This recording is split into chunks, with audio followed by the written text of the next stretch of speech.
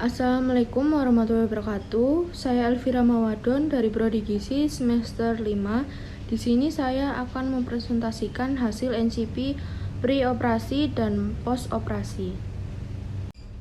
Sebelumnya, saya akan menjelaskan tentang apa itu pre-operasi. Preoperasi adalah tahap yang dimulai ketika ada keputusan intervensi bedah yang diakhiri ketika pasien sudah memasuki ruang operasi. Post-operasi adalah ketika selesai dilakukannya tindakan operasi, dimulai dari pasien yang pindah dari ruang operasi menuju ke evaluasi berikutnya. Baik, di sini saya akan mempresentasikan hasil NCP saya pre-operasi dan post-operasi. Izinkan saya untuk share screen terlebih dahulu. Baik, di sini ada studi kasus Nyonya Ana, usia 62 tahun, pasien ruang kelas 3, tinggi badan 145, berat badan 45, merupakan seorang pedagang makanan di pasar. 6 bulan yang lalu, pasien merasa kaku di perut. 2 bulan lalu dirasakan adanya benjolan di perut sebelah kanan sehari sebelum MRS. Pasien muntah sebanyak 7 kali dan ada gumpalan berwarna hitam seperti petis. BAB tidak ada gangguan, tanpa darah dan lendir. Pasien menderita penyakit MAH sejak di usia muda. Diagnosis bedah yaitu CA maligna kolon transversum D pre-op. Di sini langsung saja kita ke asesmen. Di sini identitas pasien, nama Nyonya Ana, jenis kelamin perempuan, umur 62 tahun, berat badan 45 kg, tinggi badan 145. Kemudian antropometri, berat badan pasien 45 kg, tinggi badan 145 cm. Di sini kita menghitung BPI dengan rumus tinggi badan dikurangi 100 dikali 90%. Di sini saya menemukan hasil 40,5 kg. Sedangkan IMT pada pasien berat badan per tinggi badan kuadrat sama dengan 45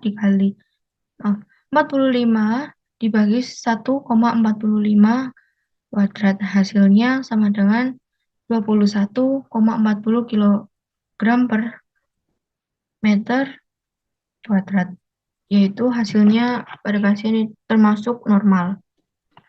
Kemudian pemeriksaan biokimia pada pasien, leukosit 8.500 mm yang tergolong normal. Kemudian Hb 10 gram per dl yang tergolong rendah. PCV 37,4 UL atau normal. Kemudian trombosit 500.100 yang tergolong tinggi. Kemudian albumin 2,6 gram per dl rendah. GDS 100 mg per dl normal. Ureum 22,8 mg per dl normal. Kreatinin 0,7 mg per dl rendah. SGOT 15 mU per ml normal dan SGPT 6 mU per mililiter yang termasuk normal. Kemudian fisik klinis KUCM abdomen flat, suhu 360 Celcius, nadi 80 kali per menit, BAK lancar.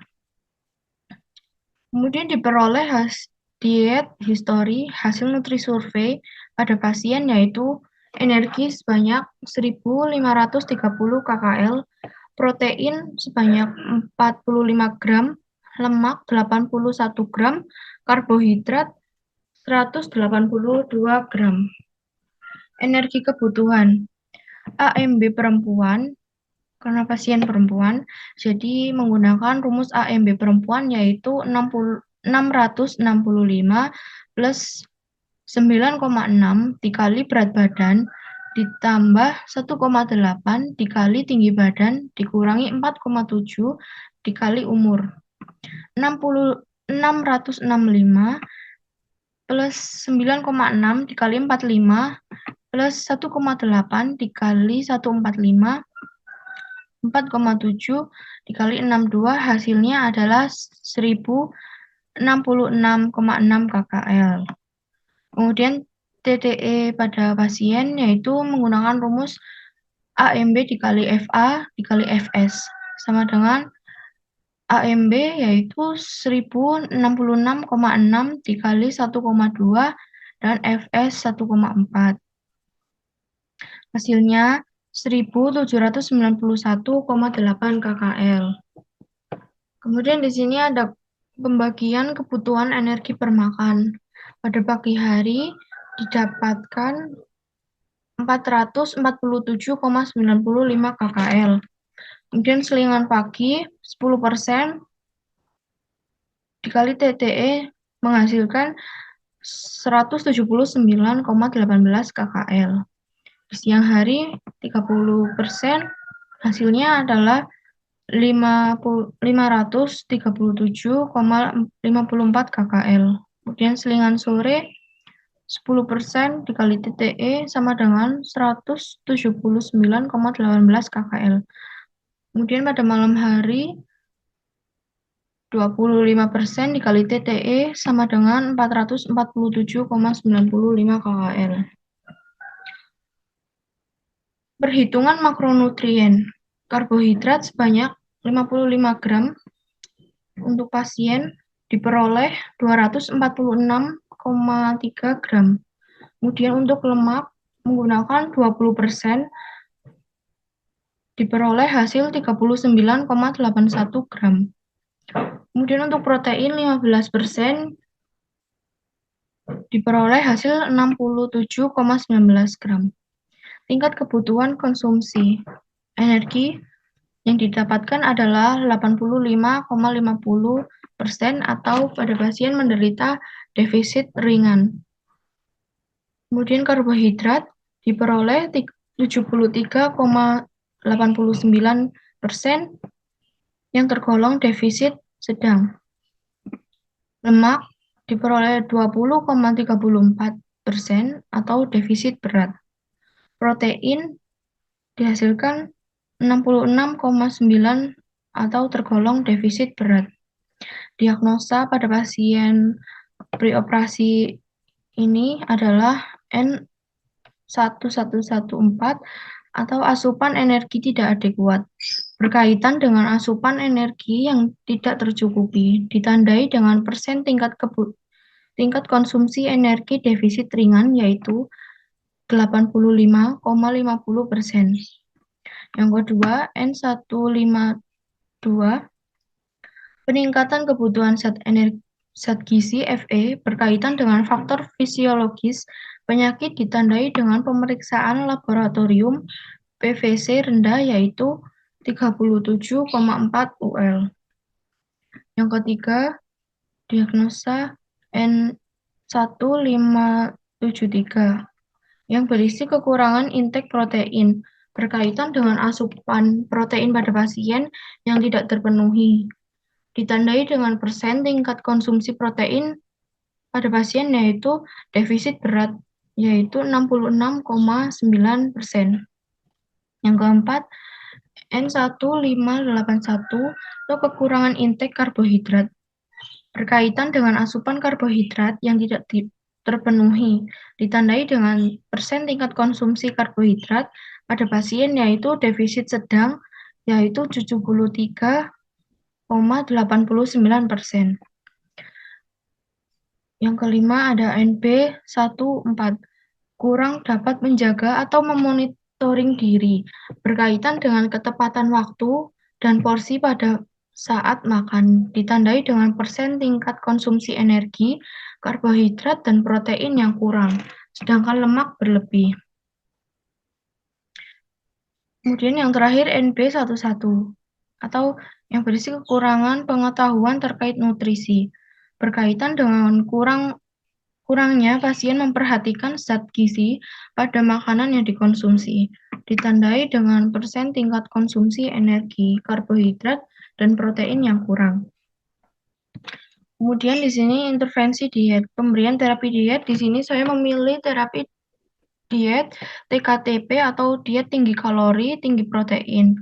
Bentuk makanan biasa, cara pemberian dengan oral.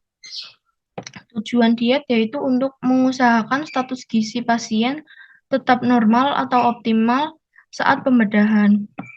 Tersedia cadangan untuk mengatasi stres. Dibutuhkan untuk penyembuhan luka lebih cepat. Prinsip diet yaitu energi diberikan cukup, protein diberikan cukup, lemak diberikan cukup, karbohidrat diberikan cukup. Syarat diet untuk preoperasi adalah 1. Energi pasien dengan status gizi kurang diberikan 40-45 kcal per kilogram berat badan. Pasien dengan status gizi normal sesuai kebutuhan. Sedangkan pasien dengan status gizi lebih dikurangi 10-25% dari kebutuhan normal. 2. Faktor stres atau EFS disesuaikan dengan penyakit tertentu pada pasien. Protein pasien dengan status gizi kurang. Anemia diberikan 1,5 sampai 2 gram per kilogram berat badan. Sedangkan pasien dengan status gizi normal atau lebih diberikan 0,8 sampai 1 gram per kilogram berat badan. Yang ketiga, lemak diberikan 15 sampai 25% dari kebutuhan. 4. Karbohidrat diberikan sisa dari kebutuhan. Yang kelima, vitamin dan mineral diberikan cukup sesuai kebutuhan. Bila terjadi defisiensi vitamin, diberikan diutamakan vitamin B, C, dan K. 6. Diberikan makanan yang rendah sisa untuk mudah pembersihan dalam saluran cerna. Yang ketujuh, energi, protein, lemak, dan karbohidrat tetap disesuaikan dengan keadaan penyakit pasien. Di sini monitoring evaluasi. Asupan, target, membandingkan asupan sehari dengan kebutuhan. Pelaksanaan yaitu setiap hari. Biokimia, nilai lab, Hb, trombosit, albumin, SGBT, dan GA kembali normal. Pelaksanaan setiap minggu. Yang ketiga, pemilihan jenis makanan. Membandingkan makanan yang dikonsumsi sesuai yang dianjurkan. Pelaksanaannya setiap hari. Di sini saya mengambil contoh menu, yaitu pada pagi hari, bubur tim sebanyak 200 gram, ayam suwir 55 gram, tahu kecap 50 gram, sayur sop 155 gram. Kemudian selingan siang saya memilih bubur sumsum 200 gram, jeruk manis 45 gram. Siang nasi tim 200 gram, sayur bayam jagung 155 gram, pepes tahu 100 gram, dan daging sapi rebus cincang 50 gram.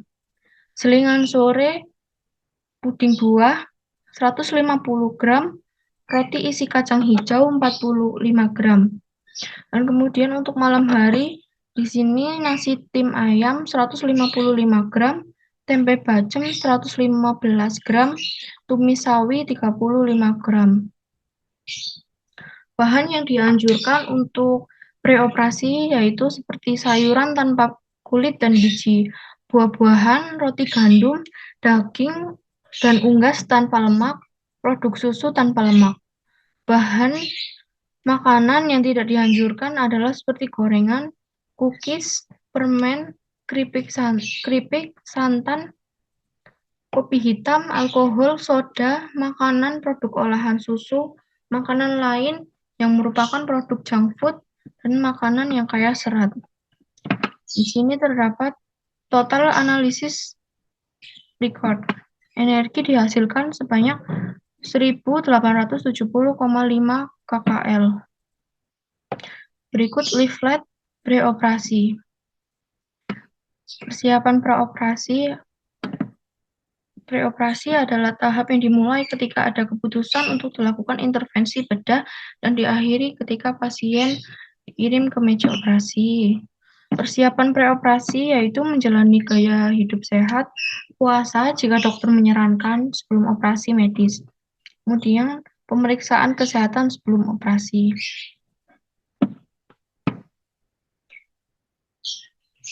Di sini ada diet preoperasi dan tujuan diet preoperasi.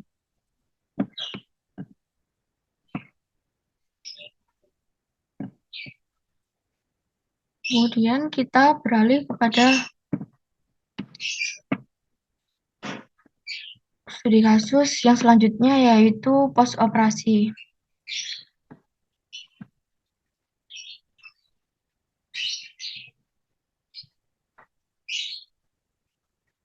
Berikut terdapat studi kasus post-operasi. Nyonya Lili, usia 26 tahun, pasien internal feeding, ruang kelas 1, tinggi badan 160 cm, berat badan 40 kg, MRS 10 hari yang lalu, dengan keluhan perut mulas kadang-kadang kram. Berlangsung terus-menerus sejak 1 hari sebelum MRS. Pasien juga muntah setiap kali makan atau minum, tidak bisa flatus atau kentut, sulit BAB dan BAK. Diagnosis pasien adalah ileus obstruksi. Pasien menjalani operasi laparotomi 4 tahun yang lalu karena radang usus dan usus buntu. Tindakan pembedahan 8 hari yang lalu. Diagnosis bedah adalah post-operasi laparotomi ileus obstruktif strength. Saat ini diberikan nutrien 3 kali per hari dikali tiap minum dan KAEN. Di sini langsung saja kepada asesmennya. Di sini ada identitas pasien yaitu Nyonya Lili, jenis kelamin perempuan, umur 26 tahun, berat badan 40 kg, tinggi badan 160 cm. Antropometri diperoleh hasil BBI yaitu 54 kg. IMT diperoleh 6,25 kilo per meter kuadrat. Atau pasien di sini termasuk underweight. Kemudian hasil biokimia pada pasien yaitu Hb 10,2 gram per dl, leukosit 7.200 mm, trombosit 182.000, MCVIL 85 um, MCH 28,5 pg, MCHC 33,4 gram per dl, albumin yaitu 3,5 gram per dl, Na 135 mmol, K 3,51 mmol, dan yang terakhir Cl 104 mmol. Keadaan fisik klinis pada pasien yaitu KUCM suhu 37 Celcius, nadi 80 kali per menit, tekanan darah 120/70 mmHg atau normal, mual, muntah, bisa buang air besar maupun buang air kecil, tapi jarang. Diet history berdasarkan recall pada pasien. Nafsu makan pasien baik, tidak mempunyai alergi makanan. Pasien juga sering mengkonsumsi telur, ikan laut, tempe, tahu digoreng, bayam, sawi, wortel, labu siam, pisang, semangka, teh manis, dan suka makanan digoreng dan bersantan. Pasien jarang mengkonsumsi daging sapi, ayam, sayuran, atau buah berserat. Kasar hampir tidak dikonsumsi, kecuali buah dan sayur yang disebutkan.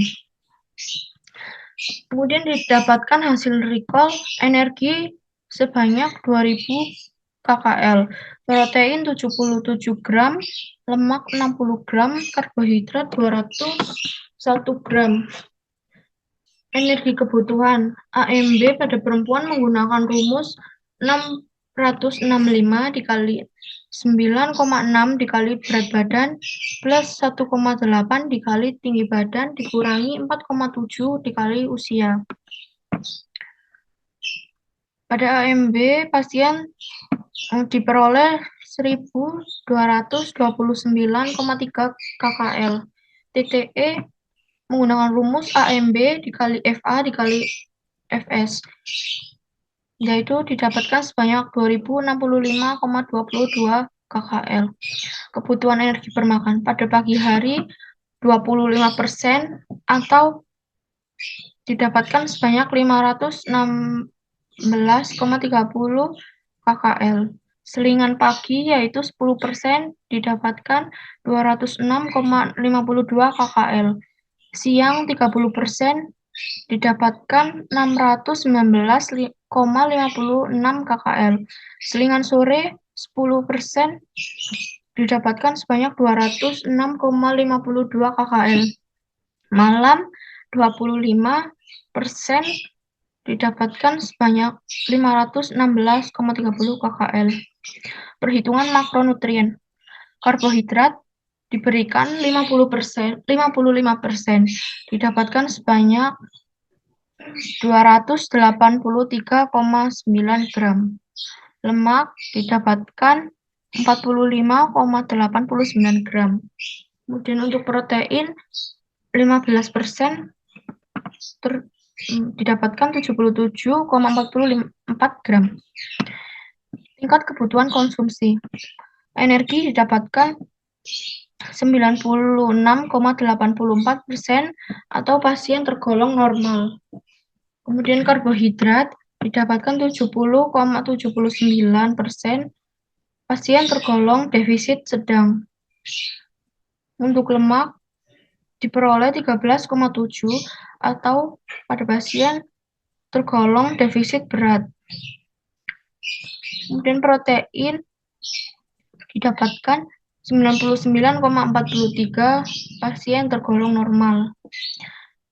Diagnosa pada pasien post-operasi yaitu yang pertama NC31. Berat badan kurang berkaitan dengan kurang nafsu makan ditandai dengan IMT 15,6 kg per meter kuadrat atau pasien tersebut tergolong atau termasuk underweight.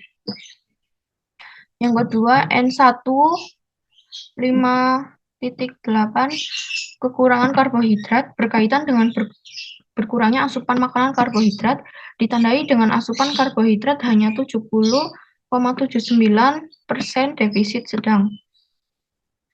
N1 5,6 kekurangan lemak berkaitan dengan berkurangnya asupan lemak ditandai dengan asupan lemak hanya 13,7% yang termasuk dalam defisit berat. NC2,2 perubahan nilai laboratorium terkait permasalahan gizi berkaitan dengan usus gangguan nyeri akut ditandai dengan hasil kadar albumin rendah yaitu 3,5 gram per dl. Kemudian N1,2.1 asupan makanan inadekuat berkaitan dengan masalah pada usus dan kondisi fisik yaitu perut kram, kurang nafsu makan, BAB, dan buang air kecil jarang. Berdasarkan hasil pemeriksaan fisik klinis, nilai albumin rendah 3,5 gram per dl. Kemudian yang terakhir NB.1.1 kurangnya pengetahuan tentang nutrisi berkaitan dengan pola makan dan asupan, ditandai dengan asupan nutrisi yang tidak seimbang pada pola makan yang salah. Di sini ada intervensi pemberian terapi diet. Di sini saya memilih jenis diet yaitu diet tinggi kalori, tinggi protein. Bentuk makanan yaitu makanan biasa. Rute melalui oral, frekuensi 3 kali makan utama, yaitu pada pagi, siang, dan malam. Kemudian 2 kali selingan pada pagi dan sore. Tujuan diet yaitu memperbaiki pola makan menjadi pola makan yang baik dan seimbang, serta memperbaiki asupan Fe atau zat besi, menaikkan berat badan pasien hingga mencapai IMT normal. Prinsip diet 1. Energi diberikan cukup. Yang kedua, protein diberikan cukup, lemak diberikan cukup, karbohidrat diberikan cukup. Syarat diet yaitu yang pertama, energi pasien dengan status gizi kurang diberikan 40-45 kcal per kilogram berat badan. Pasien dengan status gizi normal sesuai kebutuhan. Sedangkan pasien dengan status gizi lebih dikurangi 10-25% dari kebutuhan normal. Faktor stres disesuaikan dengan penyakit tertentu pada pasien. Protein pasien dengan status gizi kurang. Anemia diberikan 1,5 sampai 2,0 gram per kilogram berat badan. Sedangkan pasien dengan status gizi normal lebih diberikan 0,8 sampai 1 gram per kilogram berat badan. Lemak diberikan 15 sampai 25% dari kebutuhan. Karbohidrat diberikan sisa dari kebutuhan. Vitamin dan mineral diberikan cukup sesuai kebutuhan. Bila terjadi defisiensi vitamin yang diberikan diutamakan vitamin B, C, dan K. Diberikan makanan yang rendah sisa untuk mudah pembersihan dalam saluran cerna. Untuk edukasi diet yaitu menggunakan NE.2 yang berisi penerapan edukasi gizi, memberikan anjuran serta melatih pasien agar pemahaman dan keterampilan pasien meningkat. Monitoring evaluasi yaitu biokimia, albumin normal, pemeriksaan penunjang laboratorium, pemeriksaan sampel darah sesuai waktu yang ditentukan. Fisik klinis perut tidak kram, tidak nyeri, kondisi membaik. Dilakukan setiap hari. Kemudian asupan, menambah asupan sesuai kebutuhan dan seimbang dan daya terima makanan pada pasien. Pelaksanaannya setiap hari. Antropometri yaitu berat badan, IMT normal. Pelaksanaan setiap hari. Pemilihan jenis makanan, membandingkan makanan yang dikonsumsi sesuai yang dianjurkan. Pelaksanaannya setiap hari. Di sini saya mengambil contoh menu pada pagi hari yaitu nasi tim 200 gram, telur kecap 65 gram, tempe bacem 45 gram, sayur sop 165 gram. Untuk snack pagi yaitu saya memilih puding regal sebanyak 155 gram. Kemudian jus jeruk manis 240 ml. Kemudian makan siang yaitu nasi tim 200 gram, sayur bayam wortel 155 gram, ikan bandeng 65 gram, tahu semur 45 gram. Snack sore yaitu bubur jagung manis sebanyak 200 gram, kemudian setup pepaya 175 gram. Untuk makan malam di sini nasi tim 200 gram, ayam suwir 75 gram, tumis jamur 175 gram, telur kecap 65 gram. Bahan makanan yang dianjurkan untuk pos operasi yaitu telur, salmon, sayuran hijau, kacang-kacangan, dan biji-bijian, sup, krim, dan buah-buahan, kerang, ubi. Bahan makanan yang tidak dianjurkan adalah makanan kering dan menggunakan pengawet, seperti buah-buahan kering, dendeng, dan beberapa jenis keripik kentang. Makanan olahan seperti sosis, kentang goreng, susu, dan produk olahan susu seperti keju, daging merah, kubis, kembang kol, dan bawang bombay. Di sini diperoleh total analisis record yaitu energi sebanyak 1.950 kcal. Kemudian di sini ada leaflet untuk edukasi diet, yaitu tentang pos operasi.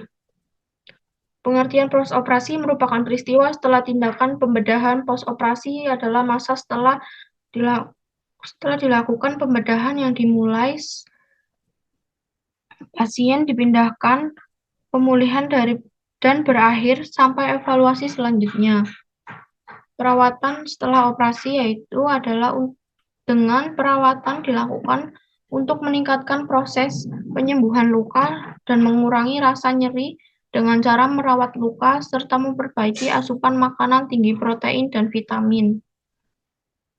Di sini ada syarat diet post-operasi. Dan ada makanan yang dianjurkan seperti telur, salmon, sayuran hijau, kacang-kacangan, dan biji-bijian, sup krim, buah-buahan, kerang, dan ubi. Kemudian makanan yang tidak dianjurkan.